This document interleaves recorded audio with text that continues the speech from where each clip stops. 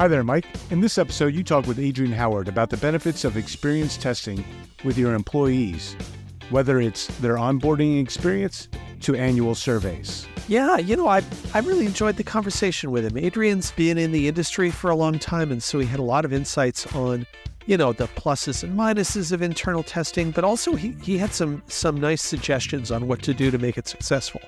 Mike, I know you like to garden. Maybe you'll know the answer to this. Why are surveys so good at gardening? Oh man, Nathan, I don't have a clue.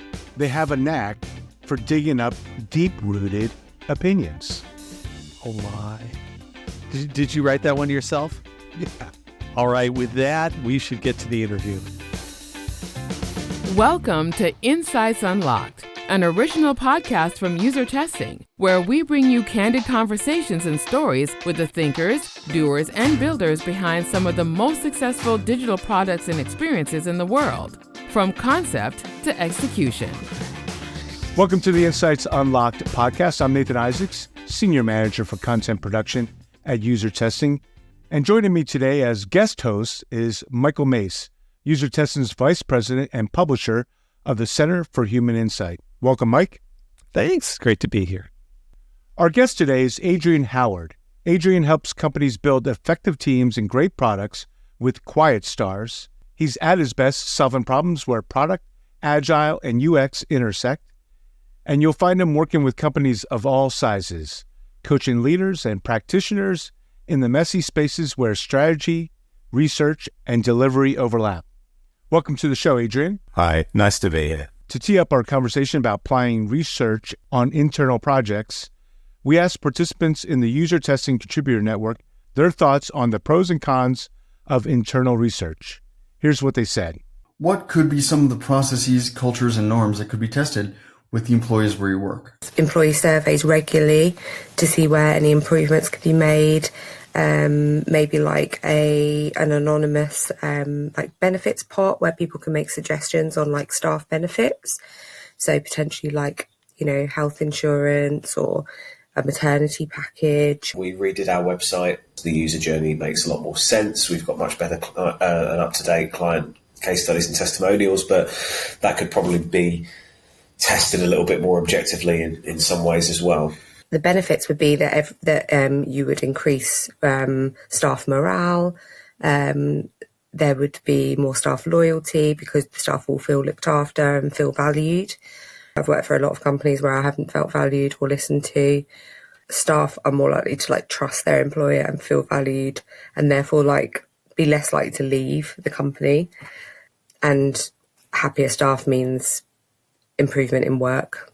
It would just give management and the bosses a better idea of what's going on and how people feel, also how I test, people's stress levels and sort of how they feel about their workload and purpose and what they're doing and joy and things like, happiness and fulfillment and things like that. What do you think would be among the challenges or difficulties with user testing internally at your organisation? I guess some people might worry that it's not anonymous or their names will be included, so they won't be honest. Well, when I was fairly new at the business I work at, we did have an internal staff survey where people were asked for their candid and honest feedback. And it was anonymised, but, the managing director at the time, who thankfully is no longer the managing director, sat everyone down and tried to go through all the answers and almost in front of everyone tried to decode who'd said what and kind of defeated the whole process of anonymity. That's the only one I can think of. I can't see any negative or challenges on actually asking feedback from employees. So, Adrian, what did you think as you watched that video? Did anything stick out to you? The fear of being identified that they mentioned really spoke to me. That's something I've seen with internal research because it's a really valid fear. I think many folk who've done research outside of consumer products will have experienced that when working with external clients. Honest answers can hurt people when the folks in positional power do not like those answers. So how do you fix that? Are there standards or ways to deal with it? I think there's all the things we should be normally be doing with research anyway. It's like kind of we anonymize our participants and their feedback, do all the normal ethical research practices. But it is, I think, a little bit harder for people to believe that when you're working with your coworkers. Things I've seen that can sometimes help with that is sometimes bringing in someone external, somebody who has a little bit more of a believable firewall between themselves and the rest of it. But I think the approach I more often take and prefer is to get the participants involved in the way that feedback appears to the rest of the organization. So it's you're getting explicit consent about this is the language that we'll use and the things that we will say to the rest of the organization, and how we will phrase it. I've, for example, worked with teams, so we produce as part of the output of the research we've done on some working practices, we produce a kind of team artifact that talks about these are the areas that we're working on, this is what we want to improve, and this is why. And that is something that the team sign off on before we give it to management. Yeah. Nice. So a lot of it's about having the right procedures in establishing trust. I think to me, the most chilling part of that video was at the end where the person was talking about, well, the boss was trying to, pick it apart to be able to figure out who said what. And that, it's not just bad process, that's bad management, of violating a commitment that you'd made to employees.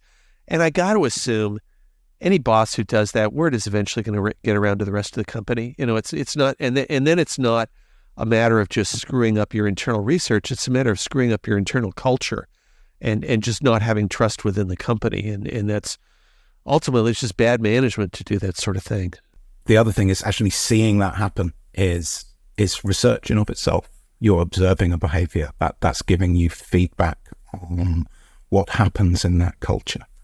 I remember doing, this wasn't a research activity. We were doing a design studio charrettes type activity where, I don't know if you've experienced one of those, but everyone independently comes up with their own designs and then they mash them up together and do another round, try and pick the best bits. And what I saw in that, because the CEO was involved in that process, is we did a first round of lots of different results. And in the second round, everyone had riffed off the CEO's idea. Everybody in the room had riffed off the CEO's idea. And that tells you something about the power relationship and the expectations of that group. Yeah. And we had lots of interesting conversations afterwards that came out of seeing that behavior and seeing how it was hurting creativity in the rest of the organization. Very interesting. I'm almost tempted to say, you could ask in the research, hey, do you trust that these results are going to be handled appropriately or not? And just hearing what the answer would be to that question would be interesting in and of itself. Yeah. As an industry, we've traditionally thought about experience research, human insights, with external people, either customers or prospects, the people who buy our stuff or the people that we're trying to work with who are outside the organization. What are the benefits of applying that sort of methodology and discipline to internal stuff? And what are some of the places you can use it? For me, we research our internal organization for all the same reasons we research our external customers. Because we have questions we don't know the answer to, because we want to discover how they do things so we can help provide the service and products that help them more, because we want to understand whether the services we provide are actually doing the job that we want them to do, because we want to understand them. And understanding the people and systems we work with is just as important as understanding our external customers, potentially even more important, because those people and systems are what will eventually affect our external customers or our end users. You can do the best research in the world, but unless that research is done in a context that that makes a change in the environment that our external customers get to experience, it's just waste. And when you understand your org as well as you understand your external customers, you can get so much more done. Example, I had a fascinating chat a few years back with a woman who had built up a little portfolio of jobs to be done on canvases, one for her boss, and one for all her peers, and one for all her reports. And this was just something she referred to all the time when she was trying to get work done in the organization. She knew that, the salesperson's job was addressing this market and was being measured by these things. And so when she was trying to push in a strategic direction that didn't address that, she knew that she was going to get no support from that salesperson, and potentially conflict there because they had a different set of goals from her set of goals. And that was just super valuable to her to let us see where problems were going to be coming to ahead of time, and to start laying a groundwork to address those issues. So UserTesting's people team, or as we used to call it, the HR team, has done some research with employees over the years. And we'll put links to those examples in the show notes so people can check them out. So Adrian, we've talked some about the benefits of internal research, the things people can do with it. What are some of the concerns or challenges that you need to consider if you're going to be doing this sort of stuff? One I've hit a few times, and it's almost the classic problem with the research, is just finding time and resources for it. It's yet another, if you are in a setup where you're thinking in terms of like projects and studies and that kind of thing, it's yet another project and yet another study. It's yet another chunk of time and resources and money that's being spent on a thing. And justifying that can sometimes be difficult. I often see people getting more value out of trying to approach it in a more kind of incremental way. Something that they're always doing as a background task rather than it being a special thing. I mean, like the woman I talked about earlier, the one who built little down canvases for all her co-workers and peers. She didn't do that as a separate project. She just did that as a thing all the time. When she heard somebody talking at a problem, it went on their little sheet. When she heard about the measures, it went on a little sheet. When she kind of had no idea what metrics are being used to judge the success of this person, she went off, found out. That wasn't a separate project. That was a background task because it helped her. And so she kept doing that work all the time. I like that idea of almost micro research where, people, when you hear the word research, people assume huge project. I've got to do, this is going to be a big survey or something like that. Therefore, it has to be enormous. Therefore, I have to create a huge survey instrument. Therefore, everybody has to review it. And you inevitably end up doing it only once a year. But with the technology, especially because you're reaching internal employees where you're not having to pay for respondents, there's no reason why you can't do a very short survey with a couple of questions, or just do a user test, an experience research test, where you ask 3 or 4 people to respond to something. And then it's not big setup. You can do it really frequently. It's not a big pain in the neck to look at the results because you're only watching a couple of videos. And you can make it, if you think of it as feedback that you can do incrementally over time, that reduces some of the burden. It makes it easier to get into it. So when we've done this stuff internally at UserTesting, it's usually been our own people team who've run this. Do you have thoughts on, is it good for the people team to be doing this themselves, or should they be bringing in somebody else? How should they look at that? I think it kind of depends on the research question and what people are trying to find out and why. My biases are kind of aggressively cross-functional. I want to work with the people who are closest to the problem, whether they have researcher in their job title or not, and pair them with somebody who has more direct research experience if necessary. For example, I once worked with a company that had a retention recruitment problem with their product managers. new product managers were not happy when they were hired and were leaving quickly. Existing product managers who were performing well suddenly started performing really badly when they switched teams inside the organization and then left, and a bunch of other things. And what we did with that is I worked with the HR business partner there, and we observed a bunch of product managers inside the org, and we did some surveys like the little short one that you talked about, Michael, around working practices and skills, and did some interviews as well. And what we found out of that was that there were basically it was quite a large org, and there were kind of three radically different roles under the product manager title. Some were very much subject matter experts, some were doing more kind of project manager stuff, and some were doing, proper product management with lots of discovery and hypothesis testing and all that kind of work. And unsurprisingly, when one type moved into a different team that was expecting another type of work, they did badly. And when you hired someone who was good at product management and put them in as a subject matter expert, they did badly.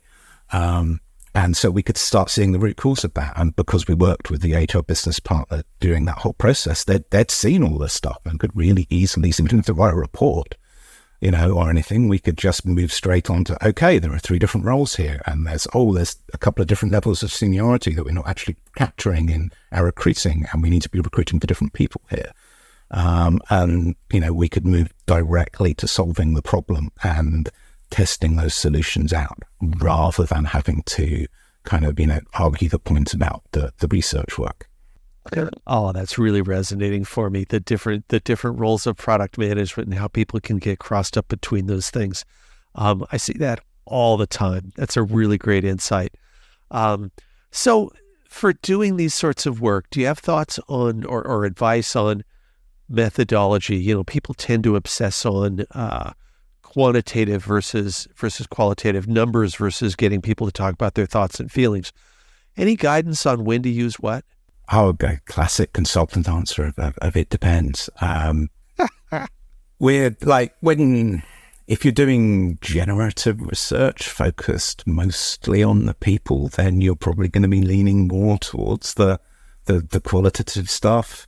If you're doing mostly evaluative work around solutions and systems, then you're probably going to be leaning more to the quant. But I guess the thing I see, which is weird because it's the kind of thing that user research people rail against. I often see people overlooking the smaller scale qualitative approaches in favor of things like surveys and neglecting observation in favor of some kind of self-reporting. And approaching all your workplace meetings and activities, and occasionally wearing your ethnographer hat to that, rather than your participant, member of the company hat. You can start seeing really interesting things that I think are harder to capture with some of the quant stuff. That's not saying that the quant stuff is bad or invalid. It's really useful for it's really useful for many situations. But there's many other places where something smaller scale is going to get you some value. I worked with a client who was having trouble getting strategic direction from a company founder. And their assumption was that this was a very tech-focused founder who had founded the company by building the thing, and that was the mindset of this person, that they were a build type person. And so he was trying to sell to this founder the value of strategy, and it wasn't working. And what happened after he did something a little bit more kind of discovery interview-ish, he talked to him about what was happening in his week and what he was doing and what they were trying to do, and had similar conversations with other people in the exec. And the number one thing that came out for that founder was fear. He was scared of doing the strategy work because it's like, what if I get it wrong? And this is the first time I'm doing this stuff. We're now in markets that I'm not familiar with, and I don't quite understand how to do this. Second issue was lack of time. I've got 300 other things I'm supposed to be doing right now, and I can't focus on the strategy work. And the third issue was not so much not understanding the value of strategy. They had quite a good understanding of the value of strategy. They had quite a bad understanding of what does the rest of the organization need from me to execute on that. So those were very different from the tech-focused guy who wants to build assumption that this person had coming in once it had those smaller scale qualitative conversations, which led them to doing kind of designing a workshop with him and a couple other people from the exec as a collaborative thing, which helped get over the fear and understanding problems. And then you can't really call it an offsite because it was all remote, but they kind of blocked off a chunk of time and made very certain that all other founder obligations are being offloaded to other people in the organization during that time. So they had some focus time on it. And so once they understood the fear, understanding and time problems, they could solve them. When before they were trying to, I'm telling you, strategy is a really good thing and you should do it, which wasn't working. That's like exercising. Yeah, I know it's really good, but I don't have time. Thank you very much. That's fascinating. The best conference to help brands launch the most compelling digital experiences returns. We hope to see you at our annual customer conference, the Human Insights Summit, when it takes over Seattle this August. Get a chance to learn from and network with the best minds in research, design, product, and marketing across the globe. More than 400 attendees will take over Seattle to learn, connect, and have fun. Join us for 3 days that will change how you use human insight to create exceptional customer experiences. Don't miss this 2023, live in person and streaming globally. Register at usertesting.com/this. So Adrian, in prep for our interview, I was looking at your LinkedIn profile, which is really cool. And I noticed you've got a degree in computer science and artificial intelligence. And I deeply respect that you did that before it was the sexy, trendy thing for everybody to do. So as a longtime observer of the field, I wanted to know, what are your thoughts on, can AI-based research be applied to this sort of stuff? If so, how? What would you, and do you have any cautions on what to watch out for? Oh, I guess in 2 words, my thoughts are skeptical and grumpy. We're in peak hype mode for AI as a discipline right now, and AI unfortunately has got a rather unhealthy history of overhype and overselling of abilities followed by a crash. You say I didn't do my, I did do my AI degree in kind of the latter half of the last century now, for God's sake. But at that point, it was a cool thing. At that point, we were just hitting a new AI winter. If you go ask Wikipedia about AI winters, they'll tell you the nice little history tale of AI overselling itself and then crashing. And my hunch is we'll all be having another crash in the next few years. This is an entire separate episode of the podcast, but from my point of view, there's 2 big issues. There's overselling what the current batch of technologies actually do. The idea of, and people have actually asked me about this, so it's distressing. The idea of asking a large language model like ChatGPT to answer research questions is just laughable if you understand what is under the hood. And what is under the hood is being missold, as far as I'm concerned. And separate to that, second issue is the broader ethical, legal, regulatory issues around training data, training activities, the hidden groups and costs that make these sort of systems possible, and the copyright implications of what comes out of them. And there are going to be entertaining legal fights about that for the next decade or so, and you're already seeing kind of attempts at regulatory capture and stuff like that from my somewhat biased point of view. There's a paper called On the Dangers of Stochastic Parrots, and that's a great read if you want to dig into some of the issues with large language models in more detail. And in general, I'd urge folk to add a few more of the skeptical voices to the ones that seem to be loudest in the field right now. Pay attention to people like Abiba Barani, Emily Bender, Timnit Grebnu, that they're all worth a follow. They're hugely knowledgeable, and they're talking about all the things the venture capitalists are not talking about. Nice. Thank you. Nathan, I want that other podcast episode as well, just as an aside. Absolutely. Absolutely. And we'll provide links to all those things that Adrian just mentioned in the show notes as well. Adrian, thank you for being on the show today. If someone wants to learn more about you and what you're doing, where should they go? Go to quietstars.com and subscribe to the newsletter there. It's been running for more than 10 years now, so the archives are worth exploring. I'm also Adrian H on most social media channels, including LinkedIn and Mastodon.social, so feel free to say hi there, or just email adrianh@quietstars.com. Excellent. Adrian, thank you so much for joining us today. It's been a pleasure. Thank you for having me. Want to keep the conversation going? You can find the show notes at usertesting.com/podcast. If you haven't already, don't forget to follow us on Apple Podcasts, Spotify, Overcast, or Google Play so you never miss an episode. And if you enjoyed today's show, please share it with a friend or leave us a rating and review on Apple Podcasts. And until next time, this is Insights Unlocked, an original podcast from UserTesting.